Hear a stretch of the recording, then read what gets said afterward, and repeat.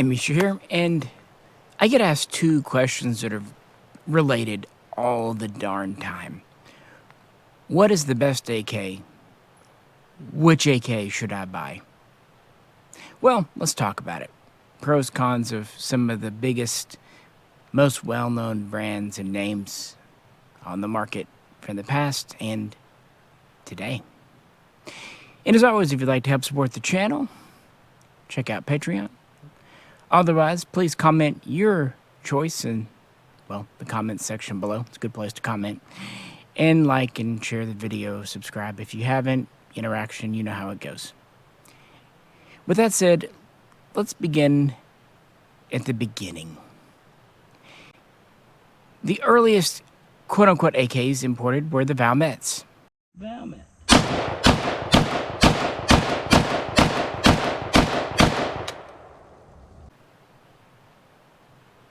Well built, but also very expensive back then and astronomical today. They don't have a chrome line bore either. Magazines for the 223 and 308 versions are hard to find, and the 7.62x39 versions, yeah, the guns themselves are hard to find. So unless you're just a super collector or stumble into one, not going to talk about Valmets really. Not really a valid thing if you're getting in. Egyptian Mahdi's. Mahdi.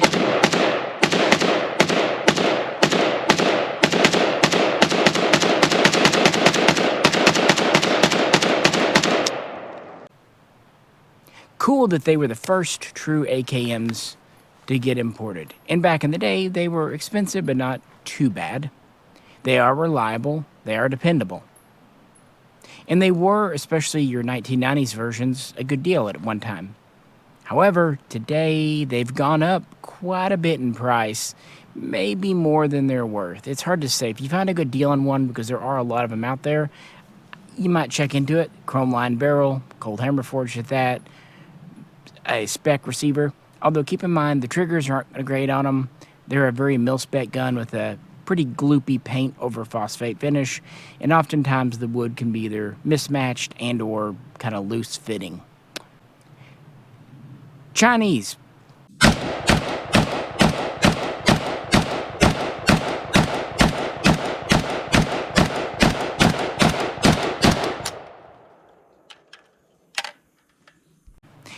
Obviously, there are so many Chinese pre-ban guns and post-ban Mac 90s. The pre-bans, if you can find a good deal, fine. Same with the Mac 90s. They were once a good price.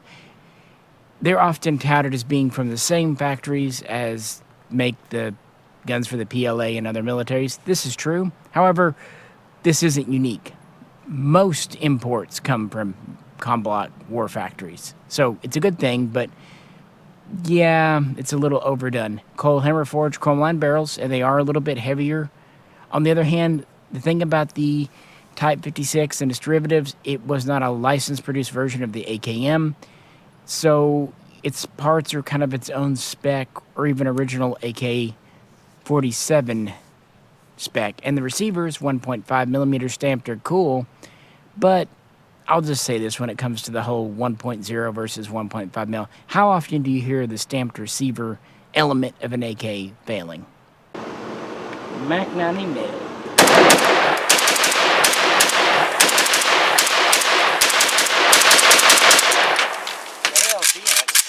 As far as the mill guns, usually Polytechs, but there are others too, that's a different story. They're pretty neat, but also tend to command a premium.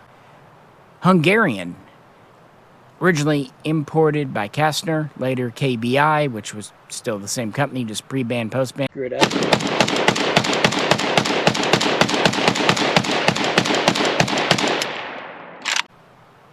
Honestly, of the pre-ban era, these are kind of my favorites and might be my pick. For a long time, they were kind of undervalued. They are somewhat unique. Hungary did its own thing. Pretty standard AKM spec, but just a little bit different. And even the TGI imported FEG AMB 65s, once a great deal. If you can find these for a good price, AMD 65.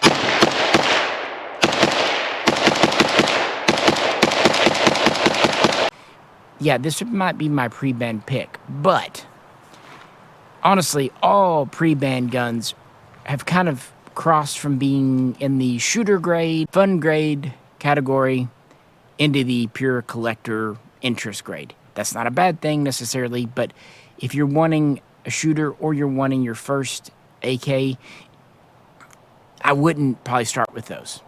Now, when we say pre-ban, we're talking about 1989. That's when the import ban comes through.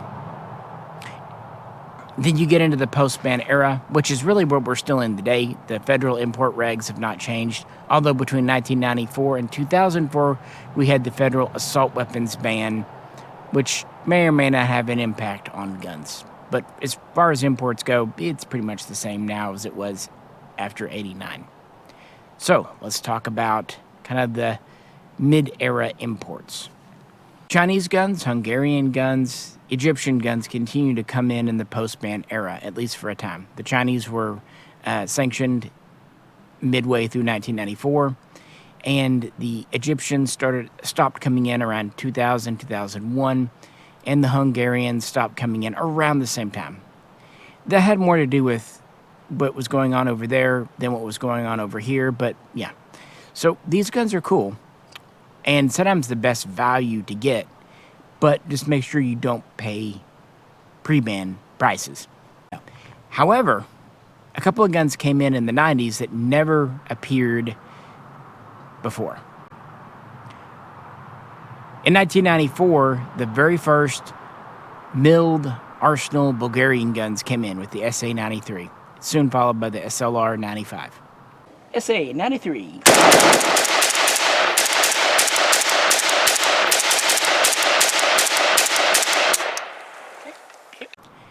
Difference is one's more of a classic look, one's more of a modern look.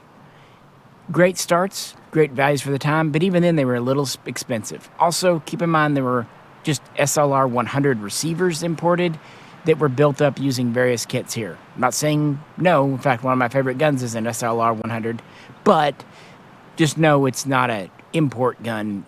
It's a U.S. assembled gun. These guns, too, there's so many variations. I just wanted to mention them, and they were the beginning of the arsenals. From there, Arsenal has imported all kinds of guns. The SLR 101 came in around 2001, disappeared after a couple of years, came back in 2011, and then its name changed to the SAM 7R around 2013.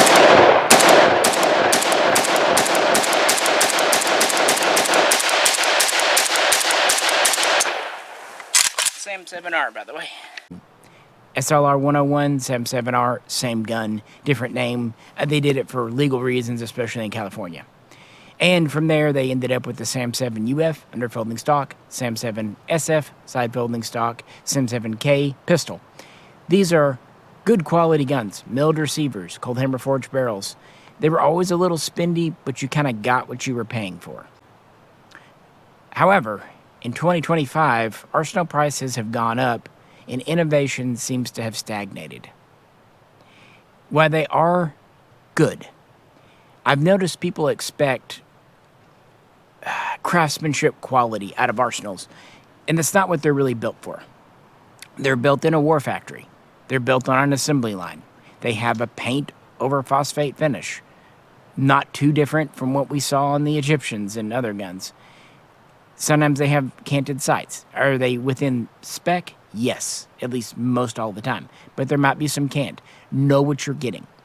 Know that it's not going to be a precision instrument. It's going to be a use tool. It emphasizes durability, reliability, dependability over exquisite craftsmanship. So when you're buying one, keep that in mind when it comes to pricing. Personally, they were worth the money to me a couple of years ago. Though today, maybe not so much. However, if you want a milled receiver import, it's almost your only option. Now, just to give a little bit of credit, Arsenal did import some stamped guns. 105, again.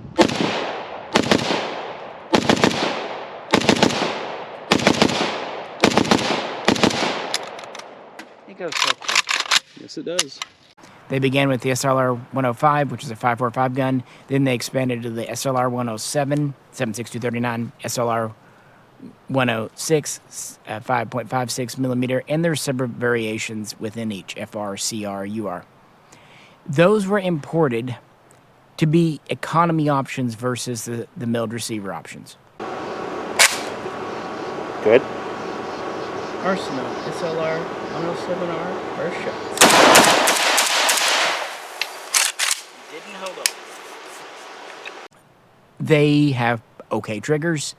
The bolt throw is fine, but they don't feel like you're moving on glass.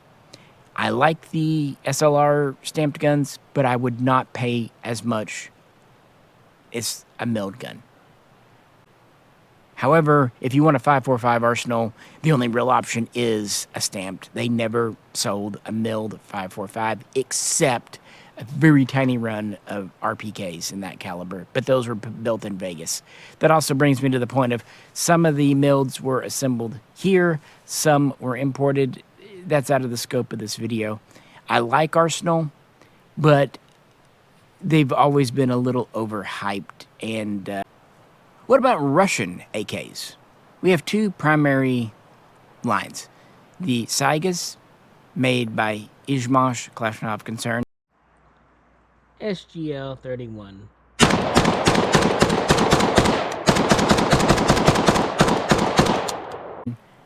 And the Vepers, made by Molot.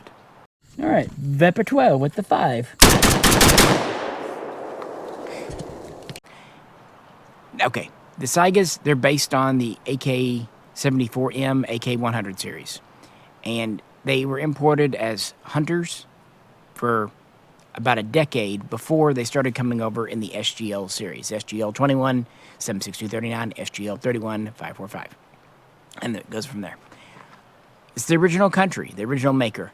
Excellent quality guns for what they are. But much like kind of with Arsenals, and even Chinese to some extent, don't expect exquisite level craftsmanship. These are made on a production line. In fact, they were imported in large numbers during their years. The SGLs came in between late 2008, and then they were sanctioned in the summer of 2014. And the ones that were new, already in transit were sold through about 2015. So they were brought over for over 6 years and in quite numbers. And in fact, at the time, they were cheaper than the Arsenals. So in that context, they were great. You could get the Hunter version for $200 or less. You could get the SGL as low as $500 retail at one time. For that, they were an excellent value. But they have a paint finish that isn't always the best. Sight can't happen, especially on the Hunter guns. And the trigger was fine, the bolt throw was fine, accuracy was fine. Very standard guns. I'm not saying don't get one. I understand the cool factor of it's from Russia, but much like the Chinese have come and other prebans, people want them now more for the collectability than that they do anything greater than other guns available on the market today. They're no more accurate, they're really no more reliable. And if you buy a Saiga thinking you're going to convert it, you might, but realize that converting a Saiga, especially properly, ends up being more involved and more expensive than you might think. Saiga through it.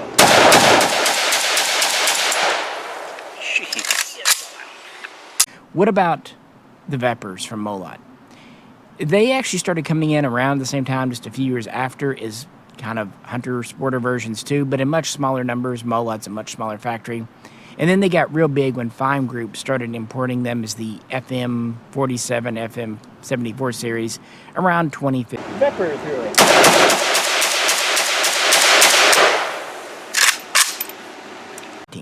This was right after the Saigas were sanctioned because Molots were not. And these were retail around $1,000 for a standard fixed stock model, $1,200 for a folder. They're built on the RPK, so they're very heavy duty. That's great for durability. They also have a more durable paint over phosphate finish, in my opinion, than Saigas. They also seem to have a little bit better QC. Still mass-produced, but, little fewer issues. But they also are heavier, and they aren't really a military configuration. At least 98% of the Vepers you see aren't. The only ones that were the RPKs that came in. FM, RPK 74. And that's the sad point here. Just as the Izhmash Kalashnikov concerned guns were sanctioned in mid-2014, mid-2017, Molots were sanctioned. So we only got the FM series for about 2 years because the ones already in transit were allowed in. But before that, like Robinson Arms and others imported some Molots. Personally, I do like them more than Saigas, but I also think they're less military. So if you're a military collector, Saiga. Molots, they have some really cool hunters and sporters, frankly, even to me, like the Vepr Pioneer. But if you really need a Russian and you don't care if it's military spec, look for a Vepr, but also understand they're not meant to be $4,000 guns either. Our next one was a Slowburn. They actually started coming in by EAA and didn't make a big splash. Then they started coming in by Century, and it took a couple of years, but finally they became well known. I'm talking, of course, about Serbian Zastavas. And now the OPAP.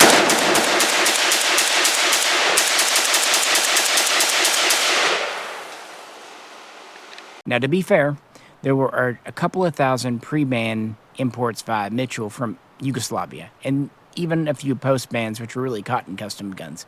Those are rare enough that if you find one cool, we have done a video. Mitchell's.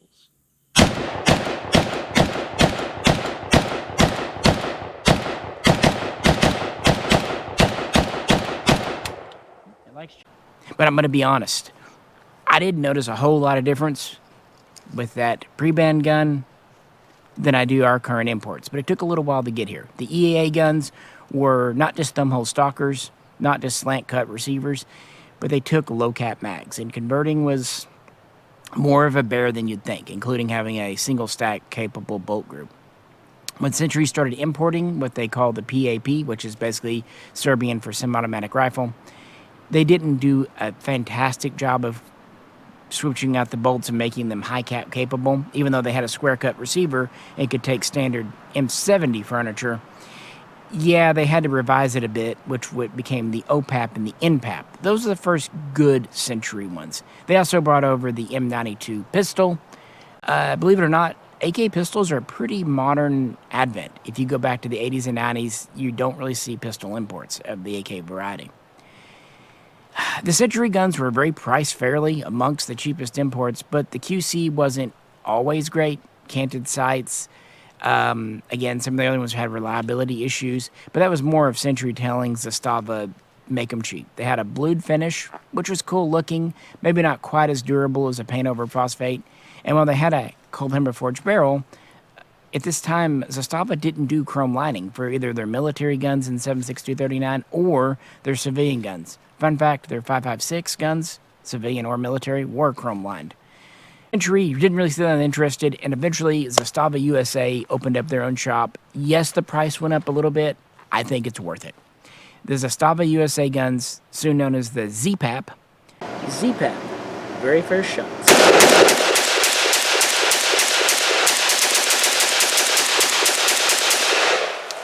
Held open. Introduced a chrome line bore. Everything else stayed the same. QC went better. I haven't noticed any canted sights or weird mag well cuts.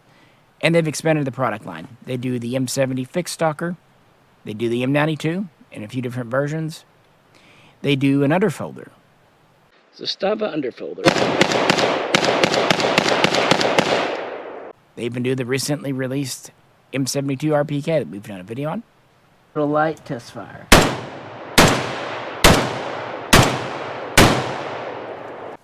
And I will point out that they aren't standard AK pattern, much like how China did the 56 without, at least the stamp 56, without a license from Russia. Yugoslavia made the AK without a license from Russia too, meaning it's its own spec. The good news is they've come in large enough numbers and for a long enough time that most makers of aftermarket parts and accessories have Zastava compatible elements. So just make sure if you're buying a stock or a whatever, it says that, but you can usually find them now. Still, it's an issue. Also, they are heavy. They have a 1.5 millimeter receiver most of the time. They have a heavier barrel. A lot of the other components are heavy. Some people that are weight sensitive or really need like a backpack gun, maybe it's not for you. But otherwise, I would say we're getting into one of the first guns that I would say, if you're looking for baby's first AK, a Zastava M70 might do you pretty good. Next, Poland. And believe it or not, we didn't get AK imports from Poland until like 2013 or 2012. We had Polish parts kits builds, which parts kits building, that's a whole other subject, not for this video, but yeah, that's how you get a Polish gun. The first ones were the Archer, a semi-automatic version of the WZ-96 Baril in 5.56. Now I'm going to give the Baril or the Archer a go.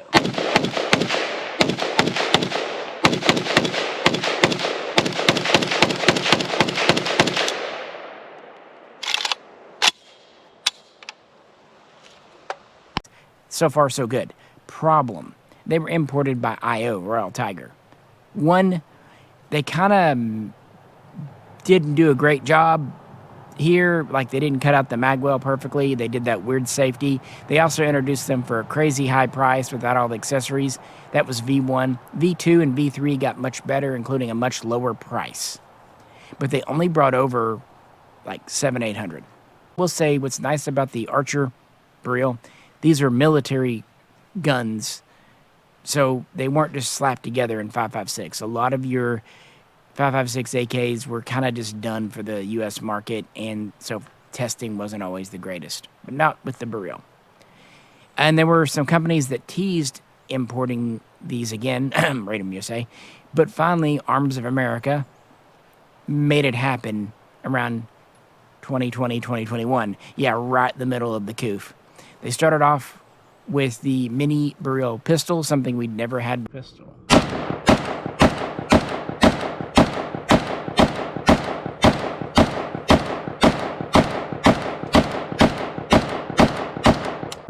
Which was criminally underrated. And then they did the rifle in 5.56, and for the first time, a rifle in 7.62 by 30. Baril.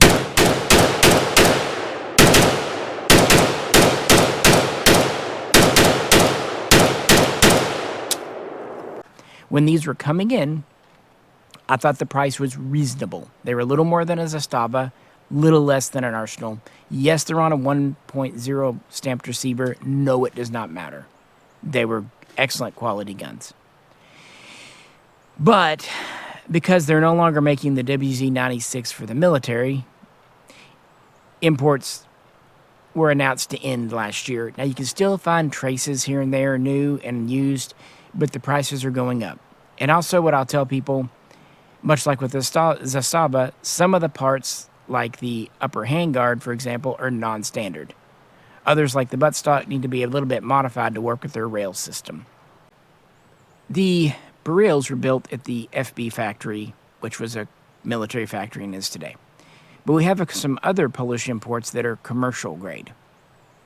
One that appeared around 2016, WBP.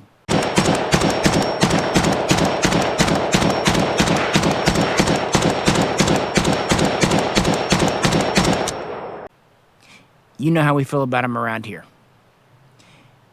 They started off as a commercial factory. They've expanded their product line.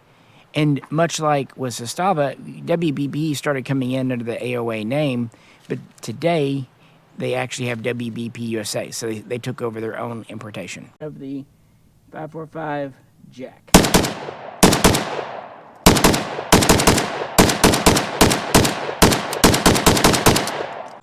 That's one option. Now, don't confuse them with Pioneer Arms, PAC. They actually started coming in even earlier under the IO brand name, later the Pioneer, PAC USA brand name. Hey, give her a go.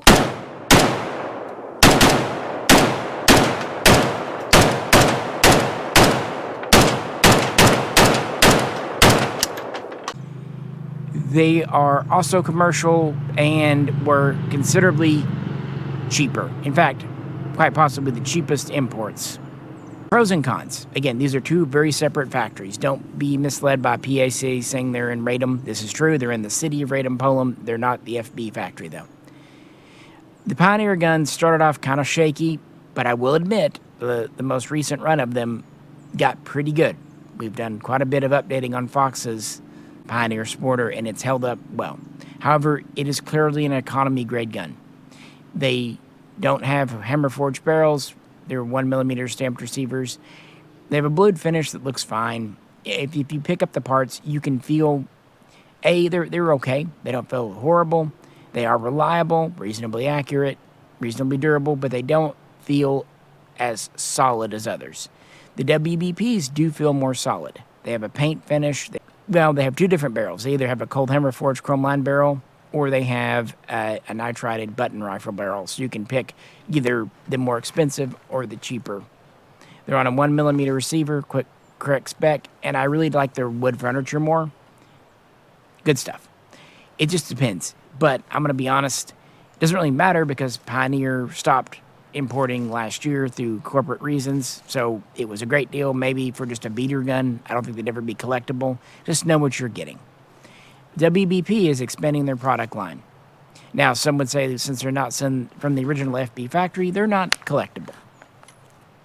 Maybe not. But as a shooter, as baby's first AK, next to the Zastava, good choice.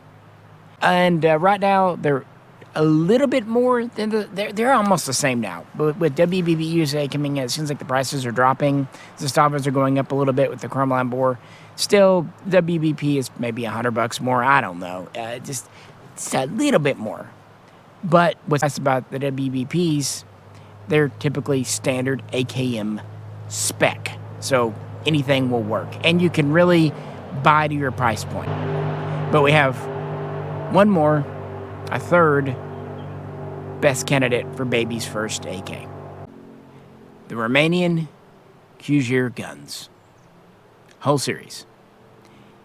Believe it or not, they did not start coming into America till halfway through 1997, and for the first few years, pretty low-key. There were several early importers, but Century first kind of got them on gun shelves with the SAR series, SAR-1, 7.6239.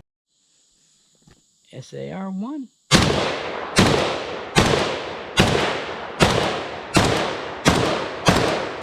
SAR-2, 5.45, one of the first real 5.45 imports. SAR-2.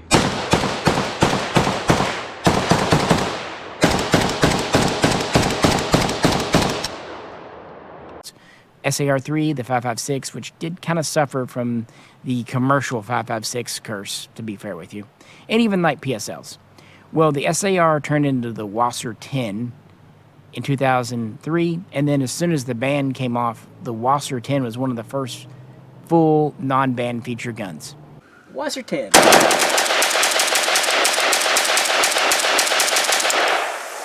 No wire folders. They're still imported today, the Wasser 10.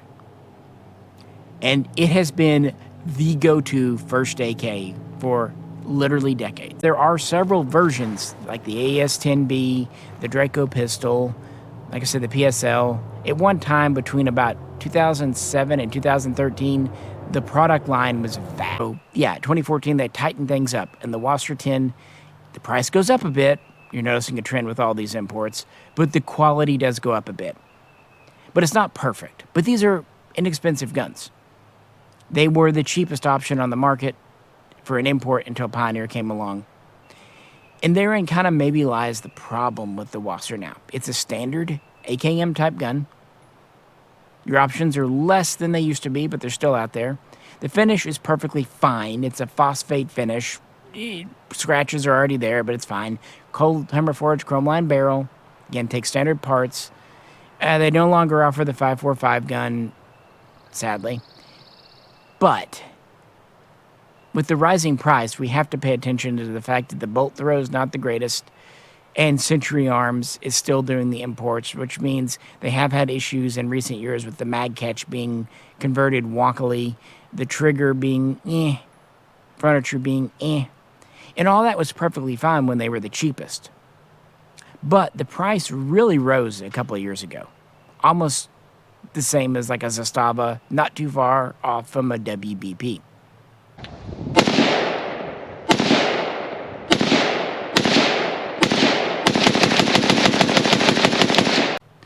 Now, though, the price has dropped a little bit. But what's interesting, wasser availability has also dropped. They're still out there. You can still get them. But the gun that used to be just the dominant AK has seemed to take a back seat to Zastava, the BBP, and even Pioneer for a minute there. So they are looking a little dated. Of course, I can say the same thing about Arsenal. They haven't really refreshed their product line much in a while, and they've raised their prices. But still, a Wasser 10, especially if you find one of the older ones used or one of the newer ones at a good sale price, is even today a valid choice for baby's first AK. So that would be my 3 picks right now. If you're just getting into it, entry level, new production as a shooter.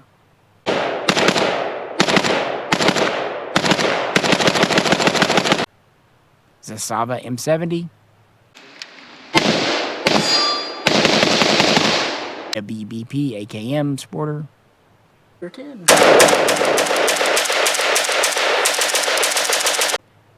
Or Kuger Wasser 10.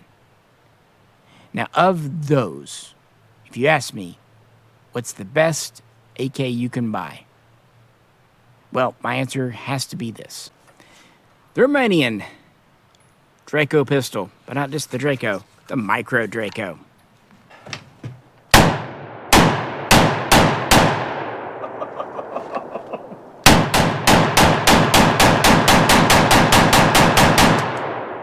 That's all you need. You don't need a buttstock. It's an AK. They're not accurate. You don't need adjustable sights. A simple fixed notch. Again, all you need. Sight radius. Upper handguard. Gas tube cover. A square piece of steel will do. Lower handguard. Let's make a hot dog out of wood. Micro Mini Draco. Don't blow your thumb off. Yeah, no kidding. Does have a flash hider. Gas system. What gas system? Trigger. It's there. Standard mag, 7.6239. Best of all, cold hammer forged chrome line barrel, and it's all you need for 7.62 by 39 at 5.9 inches. Now, clearly, this is the best first AK, probably the only AK you'll ever need. So that's Misha's pick for where to start, and maybe even where to end. I mean, I think this, you buy this, you get all the AK. It's superior in fit and finish to an Arsenal, more collectible, more desirable than a Chinese. I mean, who needs a nice paint or blued finish when you've got this sexy phosphate from Romania? So there you have it, guys. Yes? I answered. As always, if you could, please like, share, and subscribe. Let me know your opinion in the comments below. And if you'd like to help really support us, check out Patreon.